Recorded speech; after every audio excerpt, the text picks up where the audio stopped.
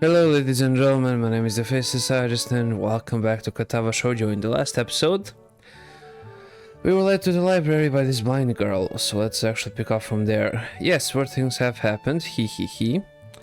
The girl fidgets with her fingers as Lily doesn't seem to drop her concerned expression, and then she shuffles some papers around the counter for no reason.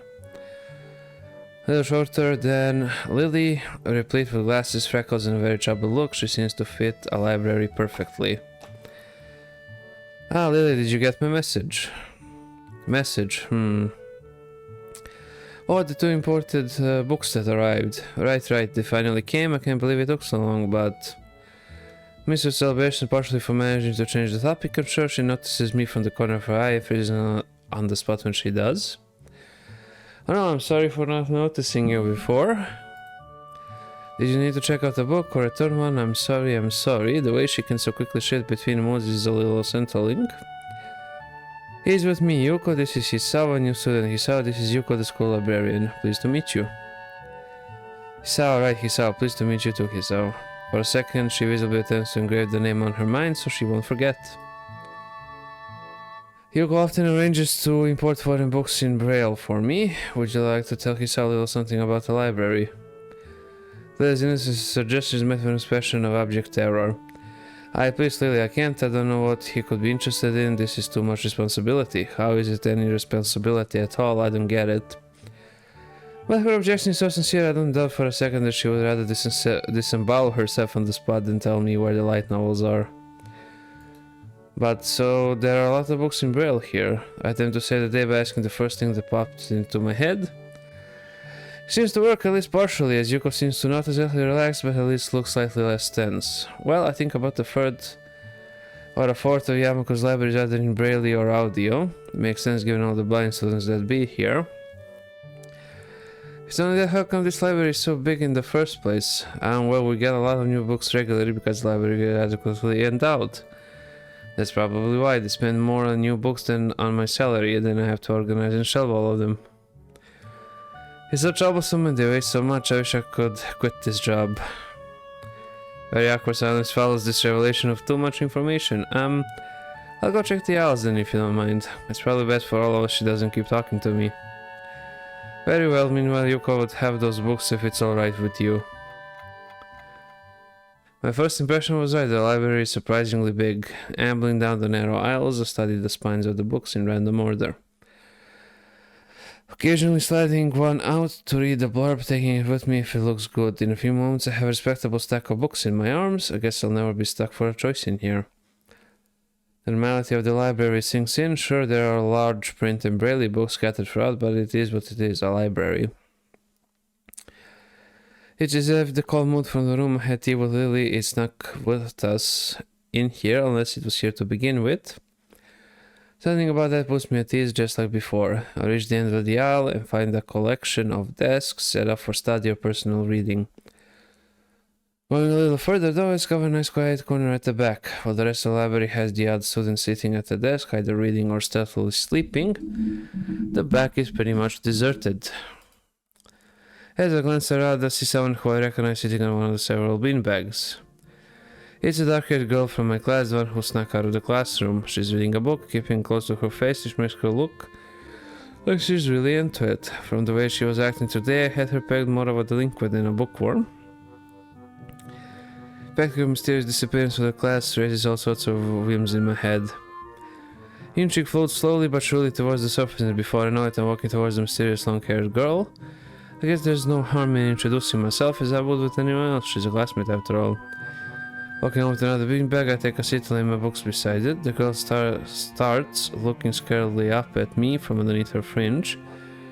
This is the first time I've seen her this close, and in her long dense bang I can see a part of her face, at least a third, if not half, is pretty badly scarred. My eyes are immediately drawn to the scar, subconsciously peeking past her hair until they meet her own eyes. For a second I am shocked. I direct my eyes to the book in her hand before I realize the looking away probably only makes it worse. It takes too many seconds to ask myself and remember what I walked up to her for. Hi, I'm new here. He sounded like we're in the same class.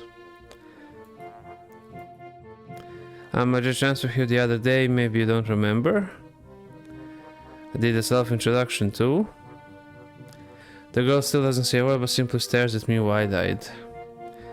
Still getting used to the place and trying to meet as many people as I can, so what's your name? Hanako. Her speech is stuttering and so quiet that it barely is audible even in the still library. Somehow I think that my delinquent impression of her was wrong.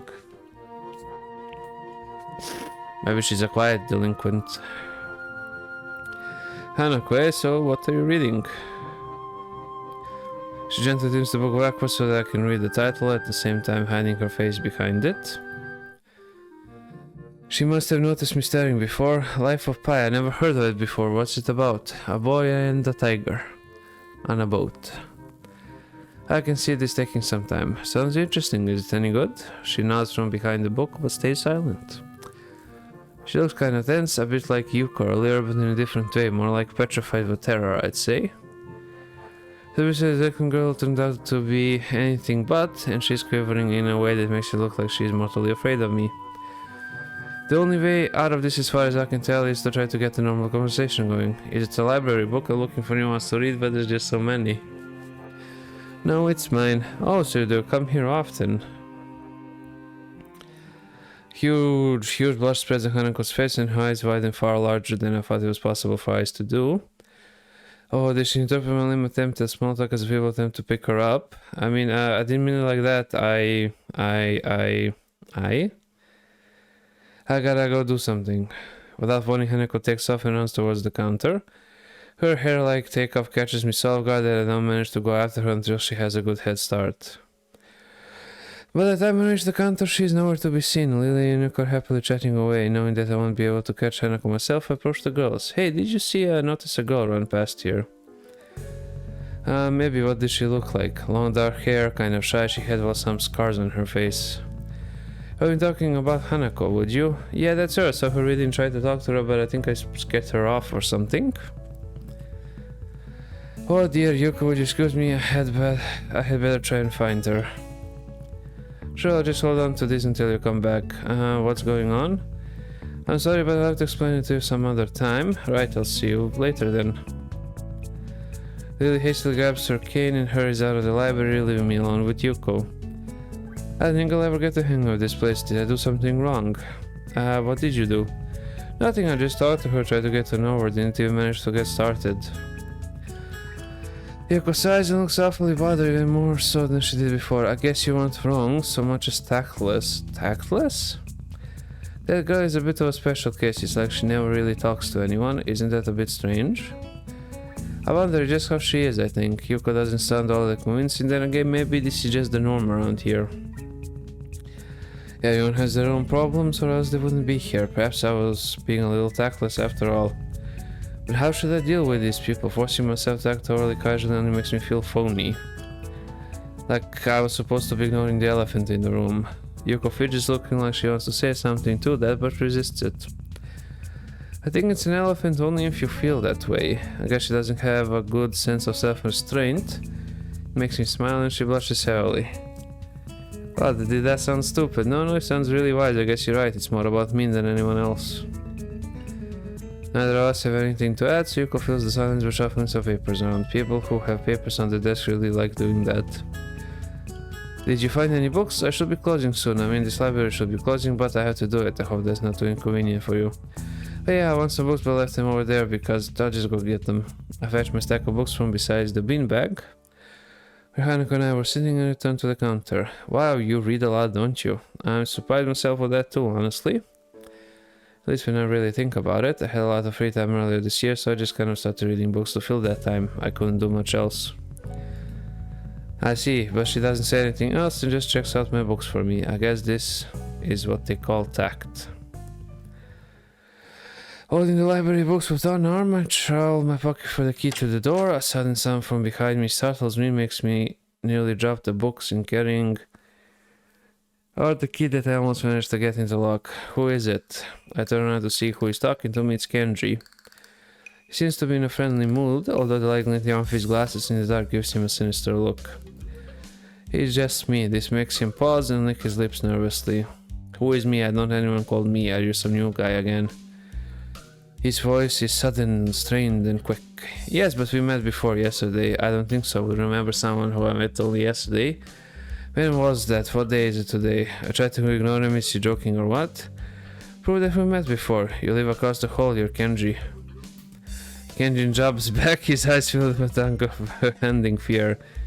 How do you know my name? Then this can only mean one of two things. Either we have met and you're telling the truth and I just can't remember it, or you're a spy. He pauses. A psychic spy. His eyes dart around me, trying to peek into my room. Although it's hard to believe he can see anything through those fake glasses. His mood swung from friendly to maniac in less than a minute. I'm not psychic. How do I know that? I'm not a mind reader. Kenji points a finger in my face damningly. Unlike you. Stop that, man. We met yesterday. What's wrong with you? I live in this room. Lies. If you think you can pass this out because I'm legally blind, you're sorely mistaken. You don't even look like him. I mean, the resemblance is real slim. Maybe at a distance, but who do you think you're kidding? I want to grab him by the shoulder and shake him. Exasperately, I rub my eyes and let out a heavy sigh. Stay there. Genji comes close, one careful step at a time. I stay still. Lest he assault me physically, although I doubt he could do much damage even if he did. Oh wait, I see it now. Damn, it really is you. Sighing again, and then once again for good measure I step backwards just in case. What's up, man? You don't look too good. I think something wrong? I don't know, I just had something stupid happen to me. A few stupid things actually, even if you discount this one. Can get a proper touch on other people here, and I have no idea if it's because of me or because of them. I don't know why I'm telling this to Kenji. It's not like we had any contact either. That's rough, dude. Yeah, sorry about calling you a psychic spy and all, but you can never be too careful. It's the hard reality we live in. I'm slowly starting to think that Kenji isn't necessarily living in the same reality as the rest of us. You see? This is how it is, this world. There is no justice. You see, even when I lose, I win because I don't lose the lesson. What does that even mean? It doesn't matter. He dismisses it flatly with a wave of his hand. So what happened? Why the long face? Do you have a long face? It's nothing, I just scared some girl off accidentally, literally too. She actually ran away from me. Was my fault, really? I think I'm not really used to all this yet. A girl? A cute one? Cute? That's a hard question. She had a nice body and really beautiful hair, but the face... I guess it could go either way. She was cute? Yeah, cute, I guess. I knew it. There are a lot of cute girls here, essentially disproportionate amount. I believe this is one of the dark secrets of this school. Tried to warn you, man, but did you listen? I don't remember any such warning. Dark secrets. Yes, dark secrets, extremely dark, like a black hole. Have you noticed that the number of girls in this school is slightly but significantly higher than the number of boys? It's like 60-40. He turns his head to the left and stares off into the distance at nothing. Why is it like this? I mean, to the untrained eye, it doesn't appear to be that bad, but that is like a full 20%. One would think that a school with such a huge pool of women would be a man's dream, but no. What I am about to tell you could blow your mind. Are you ready?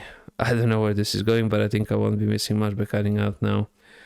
No, I'm not ready. I only get as far as starting the door now before Georgie starts talking again, showing that he doesn't really care if my mind is blown or not. I believe that this school is a battleground, the site of a feminist infiltration. This disparity in number of men to women is a clear sign of how far they have come. In case this Cold War turns out, they will have superiority in numbers, just another skirmish in the eternal war against the forces of the feminists. They're everywhere in Japan. Women outnumber men. It's not 60-40 split, but it's only a matter of time, man. Even in America, women are the majority by a hair. They're building up their numbers. In the past, the build-up of military has always been the clear sign of imminent war. Japan is just the first step. Our economy is badass, and the country itself is small and isolated, yet a huge part of the Pacific. In terms of political value, the perfect target. They are so cunning as expected of women. Soon the day will come when... Kenji's voice trails off ominously. That is why you can't trust them. They will string you along and then kill you just as they killed me. You will end up just like me. Oh hell no, I can't stop myself from blurting it out. Hey, what the hell does that mean? You said it, not me. It's the best I can think of. So you're not supposed to say something like that? Damn, so rude. Where was I? Oh yeah, vast feminist conspiracy. Stop it, stop. I lost you way back there somewhere around feminist infiltration. Too hard to follow. It's cool. I have some graphs and stuff in my room and puppets. You like puppets? No puppets. You don't like puppets. Okay, graphs are still cool though, right? He speaks energetically, responding almost before I'm done talking, moving his hands in an animated way as he continues to rant on. This is too strange. I hadn't pegged this relatively normal, but it's clear that I was wrong. Something on your mind, dude. Just thinking about what it's like to be the last sane man in an insane world. Kenji frowns, looking deeply upset. You mean that's you? That can't be, because I'm the last sane man in an insane world. That is my dream. You can't just steal a man's dream. What the hell, there can't be two last sane men. It would invalidate the whole last part, and the part is kind of important.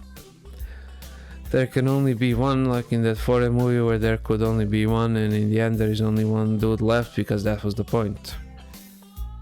I've never seen anyone talk so heatedly and so defensively about absolutely nothing before. Anyway, if you wait here I can get my graphs. I also have a list of the other dark and complex conspiracies that this school holds, as tangled as... Quick, finish my analogy for me, be a pal. I'm going to go to bed now, it's extremely late. That doesn't sound like an analogy, but whatever. I like you seem like a cool dude. Most people don't understand what I'm talking about when I try to explain the Weiss family's conspiracy to them. Denial is a terrible thing. Later. He claps me on the back, then vanishes into his room so quickly and quietly it's like he didn't even open the door, but instead walked right through it like a ghost. I don't know if I can fully digest what just happened, so I give up and just go to my room, kicking off my shoes before falling face first into bed. It takes me some time to relax and get up so I can get started on homework. It's because the sheets are so cool and comforting against my cheeks, and it feels good just lying there with my eyes closed. The school is like some kind of bizarre and surreal island. It's isolated on top of a mountain, and each person is stranger than the last. I just can't seem to fit in. What irony! I don't think that fitting in a place that's just made for people who are unfit for anywhere else would be easy. Maybe I'm trying too hard, although I say that it doesn't help take the edge off, and the words are left echoing off my empty walls. Guess it's not as bad as I expected, though. This place really is more of a school and less a hospital pretending it's a school than I thought it would be. If nothing else, the scenery is beautiful. I open one eye, seeing the school books and bottles of pills arranged side by side on my desktop. Maybe this place is too much like an open school after all. So another day passes.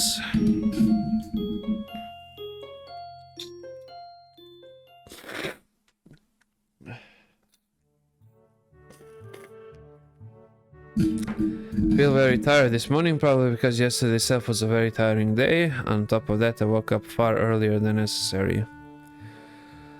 I had to say hi to Shizune and Misha. Start doing the work as instructed from the board. It already looks like today is going to be heavy. I don't have a problem with that now, though.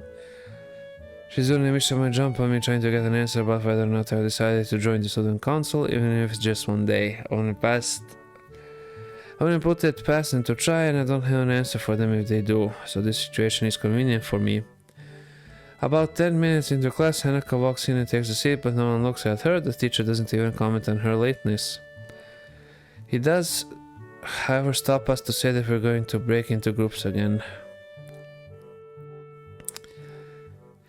I turn my head and see that Shizune and Misha are looking at me. Shizune gives me a smile that is equal parts cute and menacing.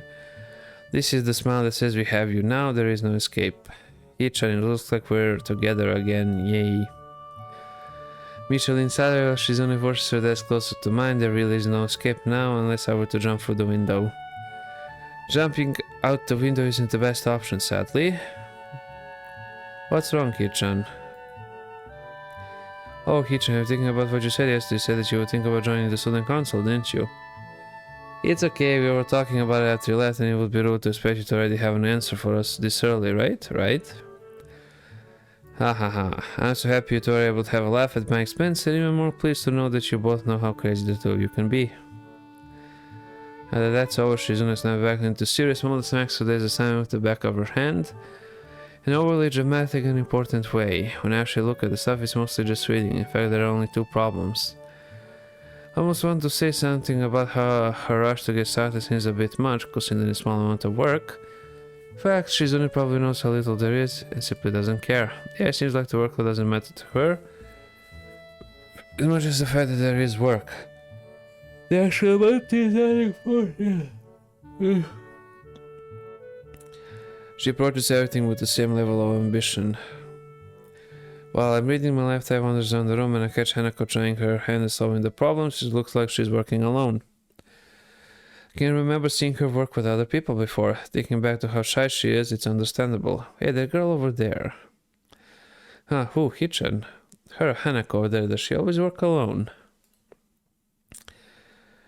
I think so, Hichan. Do you feel sorry for her because she's alone? I was just thinking that maybe she could work with us or something. No, I don't think that would be a good idea, Hichan. Why not? Hichan wouldn't get along with her. Why? Misha shuffles around the question, letting out aloud. That sounds very strange. It's nervous, but still has that lifting up and down quality present in everything she says. Just because, Hichan, but now she's only has noticed our conversation, it makes me realize again how Misha has been saying everything she has been saying this whole time. Well, Hichan, the friend of my enemy is my enemy. That sounds so harsh. I'm not gonna to say that. You said it anyways. I know, Hichan, it's funny if you overhear. I wonder if this is Misha's way of keeping things fair, since without her I wouldn't be able to understand the things she's only saying and vice versa. Is that also why she signs all the time, so there is never a conversation Shizune will be left out of? Anyways, we should start on the problems now, Hichan.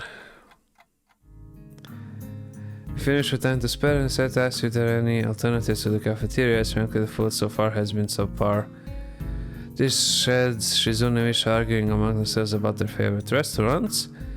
All of them are downtown, so I think we have time to go all the way there. And what about the bill? Are they arguing just for the fun of it? Maybe they seem so distracted by it they don't even notice the start of the actual lunch break. I look over my shoulder towards the back of the classroom. She seems to be studying her notes from the previous class. It's an odd sight. Everyone else in class is busying themselves with the lunch break, socializing, gossiping, rearranging desks, the ones with actual box lunches mixed in, and chattering like everyone else, uninterrupted by short bouts of eating. But when I watch Hanako, I feel like I'm the only one who can see her, almost as if she was invisible. Sort of hiding in plain sight. Is she being bullied? Is she isolating herself from the rest of the class on her own accord? See her look over her shoulder towards the classroom's rear door. Come to think of it, she hasn't turned the page since I started watching her. Guess she's waiting for someone. What to do? Go talk with Hanako. Still feel bad for making her run away. I said so better say something. Hey there, Hanako. Isao? Well, at least she remembers my name. Hey, I just wanted to apologize for yesterday. I didn't mean to startle you or anything. I'm just new here and I thought I should get to know my classmates. Seneca looks up at me and notices her scarring once more. It's a little bewildering that you can barely notice it from across the room, but it's so noticeable from close up. That's okay. It was my fault. No, that wasn't anyone's fault. It just kind of happened. So are you waiting for someone? So you're looking at the door before. Oh. Yes, Lily. Oh, you mean Lily the blind girl? Hanako only nods in response, and I can't help but wonder if defining people for their disabilities a fox pest of the worst kind or just normal here. I guess that explains why Lily took off after her yesterday. She seems like a nice girl. Are you two friends? Yes. Is he hoping for Lily to appear? She checks over her shoulder again. I think I'm making her nervous again. I hope I'm not disturbing you right now. No, that's not it. It's just easier if Lily doesn't come here. Oh, because it's hard to get around the classroom? Not really. Hanako's gaze just past my shoulder into a Shizune. Shizune? Hanako nods again. What about her? Don't they get along? Hanako shakes her head. Clearly this is something she doesn't want to talk about. It does make a strange sort of sense. Shizune and Lily not getting along so well. Communication between the two would be all but impossible. It's hard enough talking to Shizune through Misha, even when you can see whose hands are talking. Hanako is so focused on Shizune at the time that first noticed Lily at the door. Oh, she's here now. Hanako spins around to confirm this. Upon seeing Lily, she moves quickly to the door. Lily. Hanako, good morning. Is the president here? Yes. Hanako glances over her shoulder at Shizune again, as if to confirm she can't hear them, even though that's impossible. I suppose we best be off then. Lily sighs in a tone of what seems like a frustration. Make me raise an eyebrow. I guess there's some kind of enmity between the two of them. It's intriguing, but that's not really something I'd ask about. I'm sure if they wanted me to know, they would tell me. It's only my third day here, I should be trying to make friends and finding out why people are our enemies. Still, it's a little funny to find out the school has little feuds, just like my old high school. Even though people are more tolerant to others, they're still going to get on each other's nerves. Hey Lily, how are things? I'm sorry I made you run off yesterday. Oh my, is that Hassad? Didn't realize you were there. Since the Lily is a little embarrassed of being so frank in front of me. Sorry Lily, I thought you realized. No, it's alright, Hanako. So please don't worry about yesterday, it was just a misunderstanding. If you say so, I'm still working this place out. Well then, I think you'll find most people here a lot more forgiving than elsewhere. If you are feeling a little confused, please don't be afraid to ask questions. Sure, I'll remember that. I'm Lily. Lily gives a small note of acknowledgement. I'm sorry, Hisao, but we must be off. Hanako really doesn't look all that comfortable here right now, and Lily still seems a little embarrassed. I wonder if my apologies really made any impact. Mind if I accompany you two? I know I'm kinda pushing it, but Lily hums quietly, still smiling. I'm sure that we could accommodate you, can't we, Hanako? She looks at Lily, then at me, and then she freezes wide-eyed. Sure.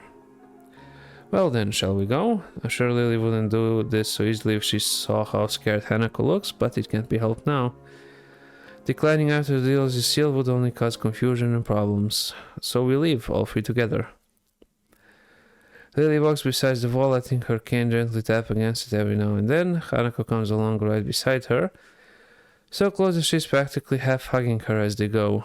Although we must make her walking that much harder, Lily takes it in stride. As we turn around the corner of the hallway, something hits me in the chest with the force of a steam tray. Hanako shakes a little and my vision briefly goes black. Ouch.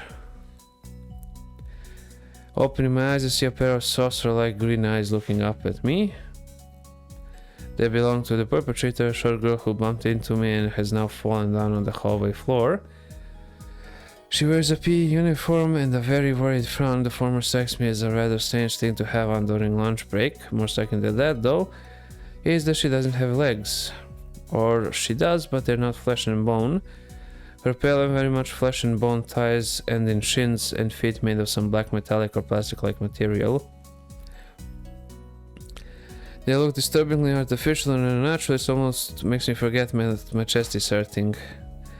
The girl winces a little, rubs her nose and jumps up. Oh man, hey, are you alright? I'm sorry about that, really?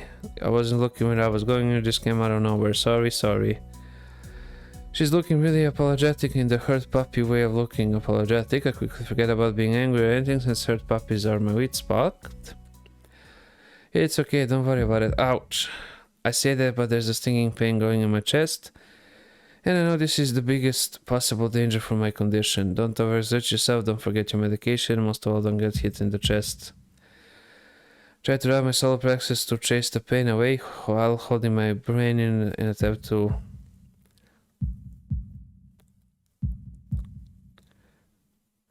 It seems normal. Hey, should I get a nurse?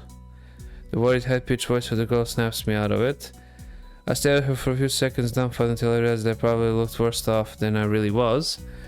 Doubled over myself and looking all tense. Damn, I'm already worried about my heart. No need, I'm fine. Managed to say something in response. I pulled myself upright, feeling my sore ribs one last time. Take a deep breath. She just knocked the wind out of me. Big time, but it's nothing more than that. You're sure you're okay? I hit you pretty hard. It's okay, I said I was fine and nothing's broken, no harm done. That's good, I was... You saw what happened. She's not quite up to speed for obvious reasons, but she sounds very worried. More than what the situation deserves, really. Someone just bumped into me, nothing serious, just winded. Sorry, it's my fault, I was just going to get some stuff. Now I was in kind of a hurry. That someone here is Emmy, isn't it?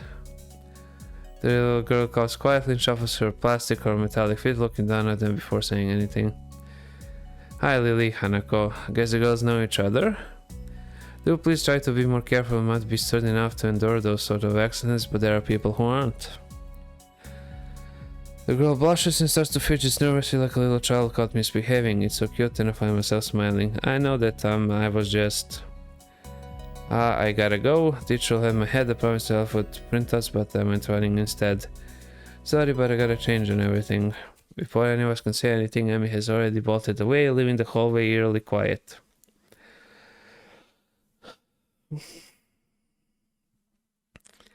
Does that kind of thing happen often around here?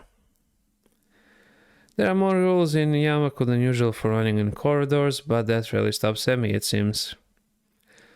She shakes her head weakly and offers a slight, composed smile. I don't think there's anything we can do to stop her, I'm afraid. Shall we be off then? We can take away her legs. Lily heads off along the hallway, Hanako hurries after her. The route to the room the two used for tea is fairly simple to retrace, being still fresh in my mind from yesterday. Lily and Hanako quickly go about the business of making lunch. Before I can even open my small bag of food, Lily's busying herself with her thermos and tea bags as Hanako is setting out both their lunch boxes. So, is this what you meant by coming here almost every day? Yeah. God damn it. Yes, Hanako and I usually have lunch here, it suits both of us, so we end up using this room regularly. After seeing Hanako's reaction to me over the past couple of days, I can stand why this is a boon. That and Lily being able to get some quiet away from her class as well. Take my seat last after Lily poured the tea for us and sits down. The more time I spend with these two girls, the more I think they're perfect foil to Misha and Shizune. Even without the voice, Shizune is direct and brash, and Misha seems to get along with everyone. On the other hand, Lily is soft-spoken and relaxed, but Hanako seems to be the shyest girl I ever met.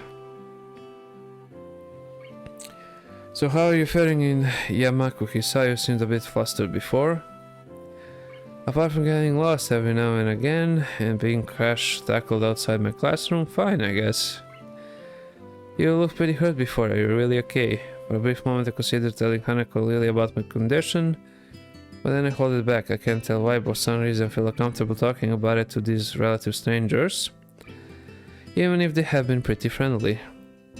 Yeah, it's nothing, I was just a bit startled. Judging from the two girls' expressions, I don't think they're buying it, but in what I assume is their way of respecting my privacy, they don't press the matter. I guess that is one of the unwritten rules around here, don't ask. Even if people's conditions are obvious like Hanako's, there's still bound to be a story involved. Everyone has things that they don't feel comfortable speaking about, and I think everyone here recognizes that. So, how long have you been in this school? You both seem to know your way around pretty well. Well, I've been here since the start of high school, but only moved into dormitories a year ago. Hanako joined at the start of high school as well. I moved to the dormitories when she did, if memory serves me right. That's right, since high school, so you've known each other since then.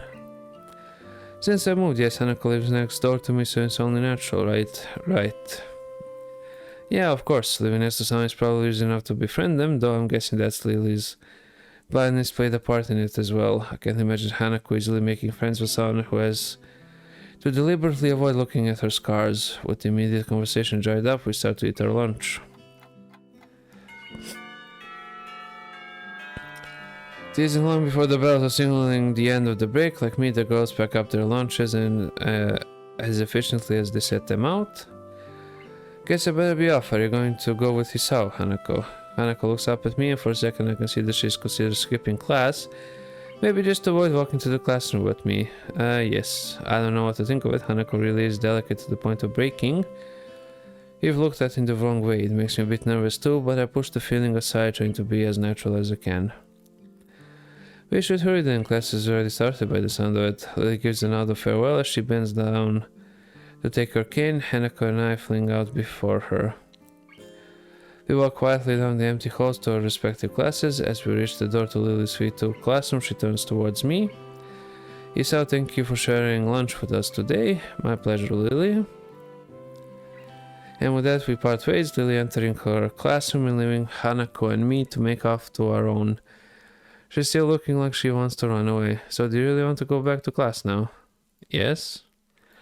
Okay then, I feel like I should say something more to her, but it's hard to come up with anything that would be appropriate and safe enough. And Lily was right, the more time we spend out here, the more spending we have to do. I open the rear door to the class and walk in. The teacher looks up at me and opens his mouth to say something. However, Hanako follows me in and closes the door. He simply nods to us and continues his lecture. This is the first time that Hanako Said her truancy practically ignored. There's definitely something going on here.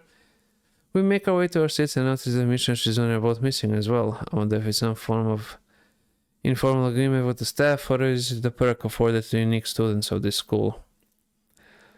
Trying to make as little disturbance as I can, I extract the relevant textbooks from my bag and start catching up. The class goes on quietly. The teacher seems like an okay person despite the weird first impressions I got, and the material is relatively interesting. However, the way he teaches is really bizarre. It's as if he expects that everyone is a natural genius. When the final bell sounds, I realize that there's still a lot of time left in the day, and I'm left wondering what to do. It's odd that the hospital had 24 hours a day of free time, but here filling the considerably shorter hours feels difficult. Everyone else leaves and I'm left alone with the teacher. Muta was examining the assignment sheets we were working on earlier, marking them with a red ball pen. Raising his eyes from his papers briefly, he notices me and furrows his brow. What is it, Nakai? I jump at him addressing me, but I guess it's natural to spark some conversation since there's nobody else around.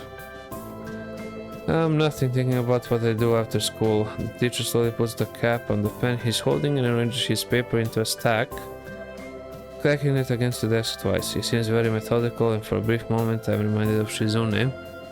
But the teacher is more unhurried and relaxed, much more routine. You have no plans? No, I consider joining a club, but don't know what kind of club would interest me. Go observe a meeting of someone else's club might pique your interest, I guess. I just better know how to continue from there. Muta looks at me in a way that makes me quickly want to take the words back to avoid the conversation. But I can't, so I have to forge ahead. I just don't know how to deal with people. I mean, the other students. I'm talking to people and everything. So it's not that I'd be isolated or anything. I just don't know what to think about the disabilities. It's like it feels that I'm being impolite if I pay attention to them, and it's weird to ignore them. Damned if I do, damned if I don't. The teacher scratches his cheek absent-mindedly, looking very unresponsive. These things are only an issue if you make them one. You can talk normally with someone even if they are blind or something. Try to look behind the superficial. There's nothing a single student here who isn't just a normal kid behind whatever they might seem at first glance. He says the same thing as Yuko did. I know they're right, but it's hard. How can you not consider, for example, Shizune's deafness when the only way to communicate with her is to talk to Fumisha? Or Hanako, it's not like you can ignore her face, but... I'm interrupted by the door of the classroom suddenly slamming open. Teacher! Misha crashes in, head straight into enthusiastic, letting her voice loud and lively enough to wake the dead from their graves. She starts towards the teacher's desk with her bouncing step, hands energetically swinging with the rhythm. Muta, visibly dismayed at the interruption, and Misha in general slumps in his chair. Mikado, Misha stops her in her chest and looks around cluelessly if she's sensing from his tone that something's wrong, but has no idea what. Yes? We have talked about volume control before. Yes, but she doesn't lower her voice at all. And the teacher just rubs his eyes. So what is it? We need help. We're running out of supplies for the festival stands. This is a distress. She waves her pink slip of paper she's holding around. So go get more supplies from the art room. What's the problem with that? Plywood. Plywood is always the problem. Last time we wanted more, there was only a little, but that time we just took it all and went for that. Now there's like none left there, so do you know where there is some? I don't understand. How would I know? Shichen, I mean, the president thought that the teacher would know if there is plywood. Was she wrong? Muta looks like he is in great pain, flowing with his entire essence. And Misha doesn't get it all. Looking at the two of them communicate is terrible, like looking at a man being tortured by drilling his skull open with the blasting pop music at full volume at the same time.